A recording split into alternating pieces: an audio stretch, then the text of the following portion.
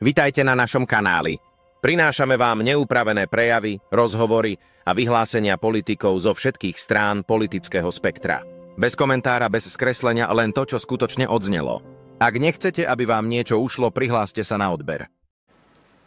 Dobrý deň, vítam vás všetkých na tlačovej konferencii Hnutia Progresívne Slovensko. Chceme sa dnes vrátiť k včerajšiemu rozhodnutiu vlády vyčleniť 750 000 eur na oslavy výročia príchodu svätého Cyrila a Metoda. A možno si poviete, veď v kontexte rozpočtu Slovenskej republiky to nie sú také veľké peniaze, 750 000, tak prečo tomu venovať takúto zvýšenú pozornosť? Ja som ale presvedčený, dámy a páni, že toto rozhodnutie je koncentrátom zvrhlosti smeráckej politiky, spôsobu, akým nakladajú s našimi peniazmi. A hneď v troch rovinách, a skúsim to vysvetliť v troch poznámkach, a potom dám priestor mojim kolegom. Za prvé tá samotná suma. 3/4 milióna eur. Ja keď som to prvý raz počul, som si myslel, že to je nejaký vtip. Že to nemôže byť pravda, že to musí byť hoax. Dámy a páni, nečaká nás okrúhle výročie príchodu svätého Cyrila a Metoda. Tie peniaze sú takmer dvojnásobok oproti tomu, koľko bolo vyčlenené minulý rok. A aj vtedy to bolo kritizované. A v dnešnom kontexte, keď štát nemá peniaze, keď už rok viac, už takmer 2 roky voláme po tom, aby sa šetrilo, keď na Slovensku rastie počet ľudí, ktorí sú ohrození chudobou, keď nám padajú na hlavu nemocnice a mosty, keď máme najvyššie daňové zaťaženie za posledných 25 rokov, keď štát uvalil na ľudí vyššiu DPH, aj transakčnú daň, tak v tomto kontexte, v tejto situácii si táto vláda dovolí dať 3/4 milióna eur na jednu akciu? Čo si naozaj z ľudí robia srandu? To, po čom my voláme konzistentne, a vládni politici sa tvária, že to nejde, je, aby šetrili na sebe. Aby obmedzili svoj vlastný papalášizmus. To sú všetky tie renty a triskáče a najvyšší počet štátnych tajomníkov, nové ministerstvo, všetok tento papalášizmus.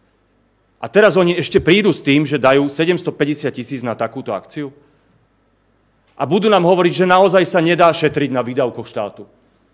Že prekutrali všetky špajze cez celú štátnu správu a že nikde sa nedá ušetriť a preto musíme mať transakčnú daň? Takýmto spôsobom sa nám smejú do očí? Tak ja chcem, aby občania vedeli, že preto musia platiť transakčnú daň, preto sú vyššie ceny, preto je vyššia DPH, pretože oni nevedia šetriť a ešte aj rozpočet na takúto akciu musia zdvojnásobiť. Lebo to je v skutočnosti to bude oslava ich samotných, kde budú stáť na tribúnach a budú mať prejavy. Preto vravím, kto nevie šetriť v malom na takýchto projektoch, tak by nemal čo mať dočinenia s verejnými financiami, lebo nebude vedieť šetriť ani pri tých veľkých číslach. Čistý papalašizmus. A v inej dobe možno, keby sme mali prebytky, dramatický hospodársky rast, zvyšovala by sa životná úroveň, tak prosím, treba si uctiť príchod svätého Cyrila a Metoda. Je to dôležitý milník našich dejín. Ale v tomto čase, keď štát nemá peniaze, je zadlžený a nevie sa z toho dlhu vyhrabať, je proste toto papalašizmus. A teraz tá druhá rovina. Viac o nej bude hovoriť aj kolega Tomáš Valašek. Na rozdiel od minulého roku, keď to zastrešovalo Ministerstvo kultúry, teraz to bude mať na starosti ponovom Ministerstvo obrany, pána Kaliňáka. A ja sa pýtam, prečo? Čo to má spoločné s obranou? Možno som sa zle učil na dejepise, ale nepamätám si, že by príchod svätého a Cyrila a Metoda bol sprevádzaný nejakou vojenskou operáciou alebo nejakými bojmi. To nemá nič s armádou. Ja sa obávam, že to je súčasť toho trendu, ktorý pozorujeme, kde si pán minister Kaliňák a Ministerstvo obrany uzurpuje stále väčšiu a väčšiu moc. Na úkor rezortov a oblastí a projektov, ktoré by mali byť civilné. Vieme, že sa stavajú nemocnice, stavajú sa mosty, teraz ponovom sa bude aj organizovať oslava, teda príchodu svätého Cyrila a Metoda. A čo bude ďalšie? Budú nám tu vojaci menovať ústavných sudcov? budú vojaci stavať škôlky, budú vojaci organizovať voľby. Týmto tempom, akým postupuje táto vláda a minister Kaliňák, tu máme zo Slovenska za chvíľu vojenskú chuntu. Niekde to proste musíme nakresliť tú čiaru, že toto jednoducho už nemajú čo robiť ozbrojené sily Slovenskej republiky. O to viac, že ministerstvo obrany pod vedením pána Kaliňáka funguje netransparentne. Kritizujeme to dnes a denne, spôsob, akým sa tam míňajú peniaze, či už na nákupy zbraní, alebo na takéto akcie, alebo na rôzne konferencie a semináre, ktoré na minulý rok vyšli na 240 miliónov eur. Je to proste netransparentné a preto žiadame od vlády, od ministra Kaliňáka nejakú expertnú komisiu politických strán, ktorá by dohliadala na to, ako sa míňajú peniaze rezortu obrany. A to je o dôvod viac, keď vidíme, že tu ide dať 3/4 miliónu na túto akciu. O tom sme sa bavili aj vlastne tento týždeň, v stredu na okrúhlom stole, v útorok na okrúhlom stole u prezidenta. Ale principiálne toto nemá čo robiť ministerstvo obrany. No a potom je tu ten tretí rozmer. A moja tretia poznámka, dámy a páni. Treba si uvedomiť, že toto je čisto stranická propaganda Smeru. Oslavy príchodu svätého Cyrila a Metoda. Spomínate si minulý rok. Minulý rok na nich Robert Fico vyhlásil vojnu progresivizmu, respektíve vyhlásil, že chce postaviť hrádzu progresivizmu. Progresívne myšlienky nazval rakovinou. A potom podľa toho postupoval pri novele ústavy. To je čisto PR propagandistická akcia Smeru, na ktorú sa budeme musieť všetci zložiť sumou 3/4 milióna eur. Predpokladám, že predseda vlády tam bude mať ďalší nenávistný prejav. Oni dúfali, že sa im podarí schváliť tú novelu ústavy, dokonca dali účinnosť na ten deň, aby sa tým mohli pochváliť. Opäť za naše peniaze. A toto je niečo, čo principiálne odmietame. Aby Smer nielenže zneužíval peniaze nás všetkých, ale ešte si aj privlastňoval našu históriu týmto spôsobom. To je na tomto zvrhlé, dámy a páni. A oni teraz budú hovoriť, viem si to predstaviť, páni zo Smeru, že keď to kritizujeme, tieto peniaze na tento účel, že to je protislovenské. Povedia, že progresívne Slovensko je protislovenské. Tak ja vám poviem, čo je protislovenské. Protislovenské je zneužívať peniaze daňových poplatníkov v čase ekonomickej krízy na vlastnú stranickú propagandu. Oni sa správajú, ako keby štátny rozpočet, ako keby peniaze nás všetkých patrili im. A preto považujeme za dôležité na to poukázať, dámy a páni, aj touto tlačovou konferenciou. A dám teraz slovo kolegom, najprv Tomášovi Valaškovi a potom kolegyni Dane Kleinert, aby priblížili tento projekt a jeho problémy z hľadiska aj teda peňazí na obranu, aj z hľadiska kultúry. Ďakujem veľmi pekne. Tomáš, máš slovo. Ďakujem, Michal. 2 slova mi napadli, keď som počul o tomto pláne na ten nešťastný event, že celé zle. Nielen, že je to podujatie až komicky predražené, nielen, že ho organizuje nesprávne ministerstvo. Ja si nepamätám, že by Cyril a Metod boli výsadkári. Čo s tým má ministerstvo obrany? A to, čo ma obzvlášť hnevá, ako gestora pre rezort obrany, je, že vláda opäť raz odlieva peniaze určené pre vojakov a vojačky na úplne nesúvisiace ciele, dokonca v tomto prípade, že prvoplánovú politickú akciu, čistú politickú kampaň. Je čas konštatovať, že minister Kaliňák zlyhal ako manažér svojho rezortu, lebo si nechal vytunelovať rozpočet a nanútiť predsedom vlády jeho strašne pomýlenú filozofiu. Robert Fico sa totiž snaží národ presvedčiť, že si musíme vybrať medzi nemocnicami, školami a potrebami obrany, čo je prvoplánová hlúposť.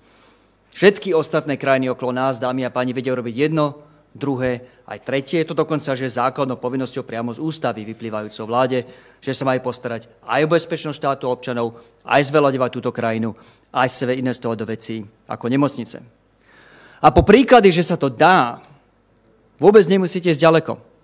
Susedné Poľsko, priamo nad nami, vynakladá výrazne viac na obranu, 4% HDP, je to oveľa väčšia ekonomika, či nominálne v absolútnych počtoch oveľa viac ako my, ale má nižší dlh ako my, majú o skoro polovicu vyšší hospodársky rast a o ich kvalitných diaľniciach ani nehovorím.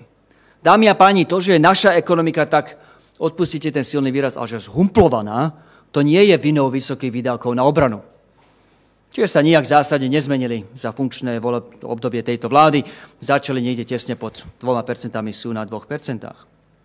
Ak hľadáte dôvod, prečo máme dnes 4. najvyšší deficit v Európskej únii, druhú najvyššiu infláciu v Európskej únii, prečo si z našich platov vieme dovoliť čoraz menej a menej, tak začnite úplne pokojne na úrade vlády. Lebo nie je obrana, ale nezmyselná transakčná daň likviduje ekonomiku. Neschopnosť vlády využiť eurofondy a plán obnovy likviduje ekonomiku. Rozhadzovanie na triskače ministrov a takéto nezmyselné eventy za 3/4 milióna a dôchodky pre milionárov likvidujú ekonomiku. Takže pán minister Kaliňák, je na čase sa zbadať a odkázať premiérovi, že rozpočet ministerstva obrany nie je dojnou kravou, že vláda musí prestať rozhadzovať a začať s poctivými reformami a rozhýbať ekonomiku. A keď tak urobí, tak veľmi rýchlo zistia, že má peniaze aj na obranu, aj na nemocnice, aj na diaľnice či mosty. Minister Kaliňák potrebuje prestať odlievať peniaze určené pre vojakov a vojačky na takéto nezmysly, ako sú predražené eventy, a konečne sa venovať potrebám ozbrojených síl. A keďže po 2 rokoch takého šafárenia, ako som spomenul ja, či predseda Šimečka, už stratil našu dôveru, tak pripomíname aj našu výzvu a opozičnú, ktorá zaznela na tom okrúhlom stole v utorok, na vytvorenie osobitnej komisie, ktorá bude monitorovať a určovať priority výdavkov v oblasti obrany, pretože tomuto ministrovi sa už veriť nedá a to sme ešte vtedy v utorok ani netušili, že príde s takým nezmyslom ako tento politický event za 3/4 milióna, čiže v prípade ministra Kaliňáka jednoznačne platí nedôveruj a preveruj. Ďakujem pekne. Dámy a páni, ak chceme skutočný dôkaz o neschopnosti ministerky Šimkovičovej, ak chceme skutočný dôkaz o tom, čo si premiér Fico myslí o ministerke Šimkovičovej, tak je to fakt, že tento rok odobral a nezveril organizáciu oslav Sviatku Cyrila a Metoda Ministerstvu kultúry. Ministerka Martina Šimkovičová je jednoznačne najneschopnejšia ministerka kultúry a vidí to už aj Robert Fico. On ju navonno kryje, ako sme napríklad počuli na ostatnej tlačovej konferencii, kde stáli spolu ostatný piatok, kde rozprávali naozaj buď holé nezmysly, alebo priam klamstvá, prípadne sa zaštiťovali úspechmi, ktoré vznikli napriek ministerke Šimkovičovej a ešte aj dávno pred ňou. No a tu sme v prípade, kde sa rozprávame o 3/4 milióna eur.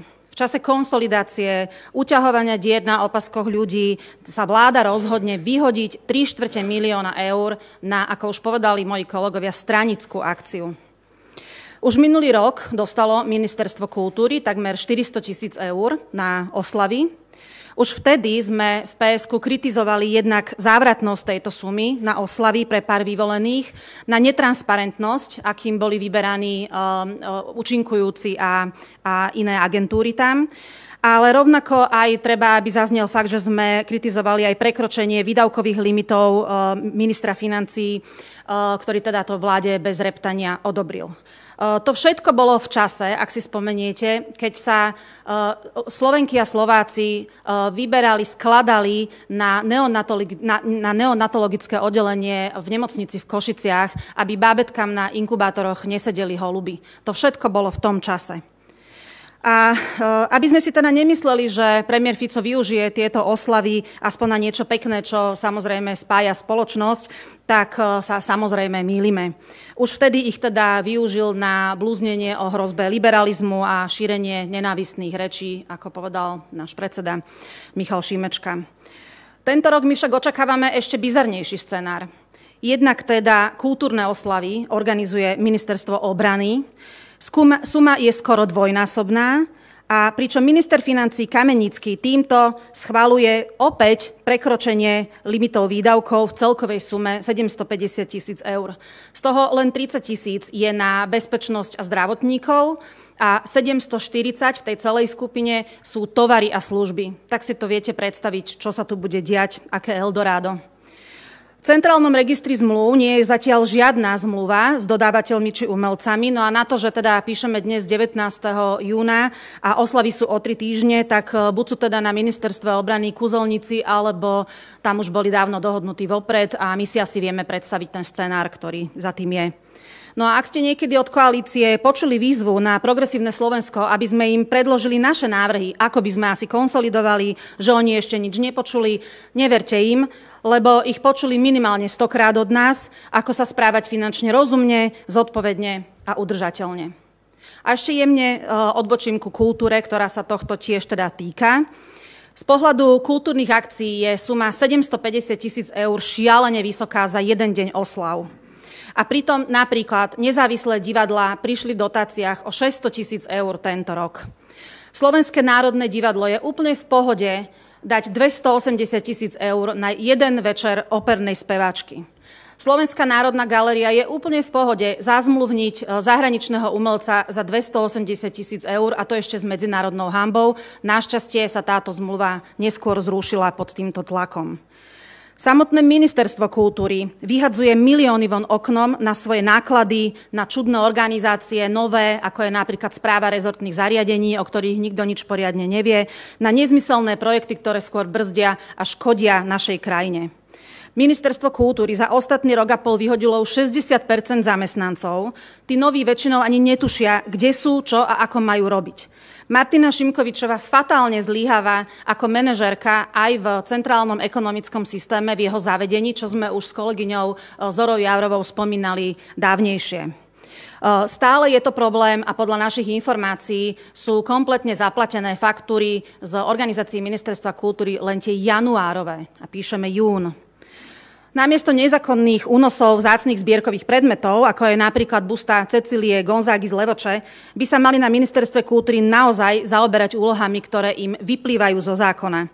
To však zlyháva ako nikdy a vidí to aj premiér. Nie je teda náhoda, že sa obrátil ako vždy na Roberta Kaliňáka, ktorý nám už teda tu stavia nemocnice, cesty, mosty a teda najnovšie aj event manažerom. To už naozaj aj Chuck Norris bledne závisťou. Ja neviem, ako to chce pán Kaliňák stíhať, ale ak už chce ísť viacej do kultúry, tak ja by som mu odporúčila ešte jednu vec. Mal by si všimnúť múzeum, ktoré padá už do jeho gestie.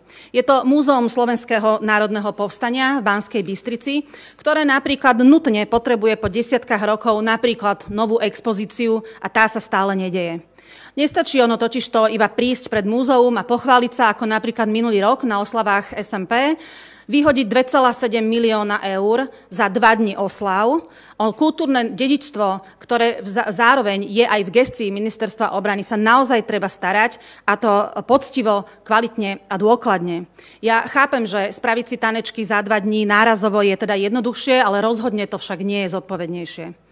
No a na záver by som chcela povedať, že my v Progresívnom Slovensku sa naďalej budeme pýtať na konkrétne zmluvy a konkrétne využitie financií aj pri takýchto populistických projektoch. Ono to totiž platia všetci ľudia zo Slovenska. Všetci sa zložili teraz na oslavy, ktoré sa nedajú nazvať inak ako zbytočne pompezné a papalašské. Ďakujem. Ďakujem veľmi pekne obom kolegom a teraz je priestor na vaše otázky. Prosím. Keďže v tej oblasti. Čo sa týka tej sumy, či nám viete, hovoríte, že tá suma je neadekvátna, či to viete porovnať s nejakými inými podujatiami, keďže bežne neorganizujeme takéto podujatia? Určite by sa to dalo porovnať, pretože je to jeden deň, čiže vieme si predstaviť, že môže byť napríklad technika a technológia ako drahá, ale my sme videli aj z minulého roka, že ten prístup k tomu objednávaniu účinkujúcich bol veľmi netransparentný. Bolo to v podstate na kľúč pre jednu agentúru a ľudia, ktorí sa pohybujú v tomto priestore produkcií, vidia, že je veľmi, veľmi príliš štedrý tento typ rozpočtu. Takže keby sme videli napríklad my položkovo všetky veci konkrétne, tak by sme možno si mohli povedať, že či to je adekvátne alebo nie. Bohužiaľ v tejto chvíli môžeme jedine predpokladať to, že okrem toho, že to bude celé nevkusné, stranické, tak to bude aj predražené. Či si viete predstaviť nejaký typ umelca, ktorý sa dá zohnať za 750 000? Ja myslím, že to nebude to jeden umelec, to bude určite viacej umelcov a ako hovorím, tam bude do toho asi aj technológia, nájom a tak ďalej, ale stále predstavte si, že dáte 3/4 milióna eur v čase konsolidácie na jednu jedinú oslavu. Ja si myslím, že to je na zamyslenie, že ľudia z vlády sa mali naozaj zamyslieť nad tým, či toto je v čase konsolidácie naozaj vhodné, zvlášť teda, keď to bude pre vybranú skupinu politikov a političiek. Ďakujem. Opakovane tu zaznieva teda pre vybranú skupinu. Technická otázka, dostala strana PS pozvanie na toto podujatie doteraz? My o tom zatiaľ nič nevieme. Vieme zatiaľ iba túto sumu a ako som spomínala, dnes je 19. júna, dozvedeli sme sa to včera, o 3 týždne sú oslavy. Takto sa naozaj ani kvalitné a verejné podujatia sa naozaj takto neorganizujú. To vám povie každý, kto niečo takéto organizoval. Ďakujem. otázka. Čo sa týka najprv zákonu o lobbingu, či ste o ňom niečo počuli za posledný mesiac a pol, kedy sa teda pri zákone o mimovládkach sa hovorilo, že už na najbližšej schôdzi to bude. Či ste o tom odvtedy počuli? Odvtedy som o tom nepočul ani slovo. Ale to ma neprekvapuje, pretože vládni politici bežne hovoria, že toto príde, tomu sa budeme venovať a potom na to zabudnú a nikdy sa nič neudeje. Ja som rád, že vtedy sa to oddelilo od toho zákona o mimovládnych organizáciách, ktorý bohužiaľ prešiel, ktorý sme ostro kritizovali a budeme naďalej využívať zákonné súdne cesty, aby sme ho zvrátili. Vtedy sa o tom uvažovalo v kontexte lobbingu, čo bol absolútny nezmysel, pretože najväčší problém lobbingu nie sú mimovládne organizácie, ale sú napríklad pofiderní podnikatelia a oligarchovia, ktorí sa bez akéhokoľvek dôvodu dostanú na úrad vlády. To by sa malo regulovať, ale to, či s tým príde vláda alebo nepríde, ja som skeptický. Je to presne jedna z tých vecí, ktorú slúbia a nakoniec nikdy nedodržia. Ale keď ten zákon príde, tak ho samozrejme budeme posudzovať podľa jeho kvality alebo nekvality, ale zatiaľ som nepočul nič. Ešte druhá vec, už viac ako pol roka sa odkladajú niektoré odvolávania ministrov. Ako toto hodnotíte, že vlastne pred každou schôdzou počujeme, že už by sa to malo otvoriť a stále nič?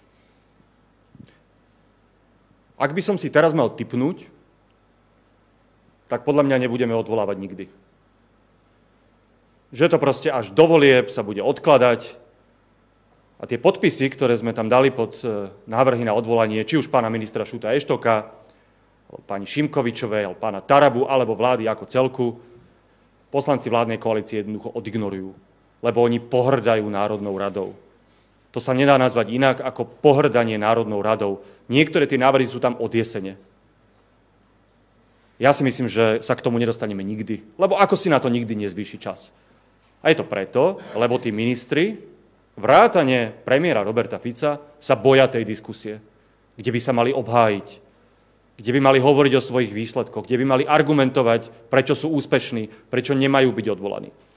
Ak by boli sebavedomí, ak by si boli istí tým výkonom, ktorý predvádzajú, tak by tam nabehli, išli by s nami do tej diskusie, išli by do nej ofenzívne a povedali by, pozrite sa, toto sa udialo na rezorte vnútra, toto sú naše výsledky. Alebo na rezorte kultúry. Alebo by premiér prišiel argumentovať, prečo nemá byť odvolaný. Ale oni sa tej diskusie boja. Ak si spomínate, tak bola jedna schôdza otvorená na vyslovenie nedôvery vláde a aj tu Robert Fico zmaril, lebo do toho vniesol utajený režim a nejaký nezmysel o nejakom puči. Dnes z toho vychádza, že oni sa tých diskusí boja a preto to nikdy nebude. Dá sa s tým niečo právne robiť ešte v tejto chvíli? Môžeme to zvážiť, môžeme to skúmať z hľadiska konformity s ústavou, lebo treba si uvedomiť, že tie návrhy na odvolania členov vlády a tie schôdze sú zakotvené aj v ústave. Na to má opozícia z ústavy právo. Ale oni keď vymysleli takýto pokutný trik, že to vlastne odkopávajú zo schôdze na schôdzu, neviem vám úprimne v tejto chvíli povedať, keďže ani nie som expertom na ústavné právo, či je to napadnutelné, ale už to myslím, ak sa nemýlim, tak naši právnici aj študujú. Ale z hľadiska parlamentných počtov s tým nemôžeme nič urobiť, pretože program schôdze určuje väčšina. Janičíková, Slovenská televízia. Ja zostanem v tejto téme. Okrem tých odvolávačiek, tak sa nepodarilo teda vládnej koalícii schváliť alebo sa dostať vôbec ku covidovým amnestiám. Jedno veto sa riešilo, dopadlo ako dopadlo. Teraz tu máme druhé veto covidové amnestie. Tam teda prezident žiada, aby bola vypustená tá časť, aby bolo občanom, ktorí teda nerešpektovali opatrenia, aby im boli preplatené pokuty. Myslíte si, že tam nie je dohoda, alebo čo sa deje v koalícii, ako to vyčítate? To je zjavné, že tam nie je dohoda.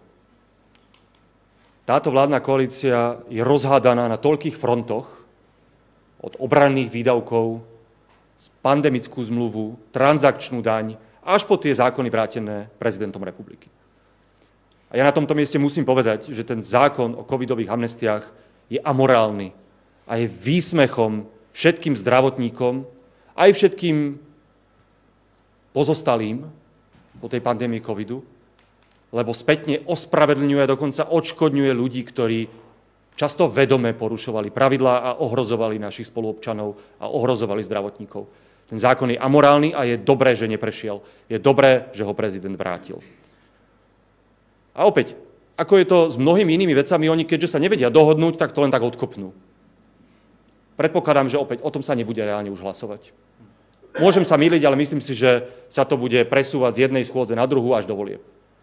Ale to je pre mňa dobré riešenie pre spravodlivosť na Slovensku a pre našu schopnosť zvládať akúkoľvek ďalšiu pandémiu, lebo to by bolo nebezpečné, keby sme odškodňovali a vlastne odmeňovali ľudí, ktorí porušovali pravidlá. Takže za mňa fajn, že je to tam niekde leží a dúfam, že sa to nikdy do Národnej rady nevráti. Ešte teda nedoriešila sa ani ústava.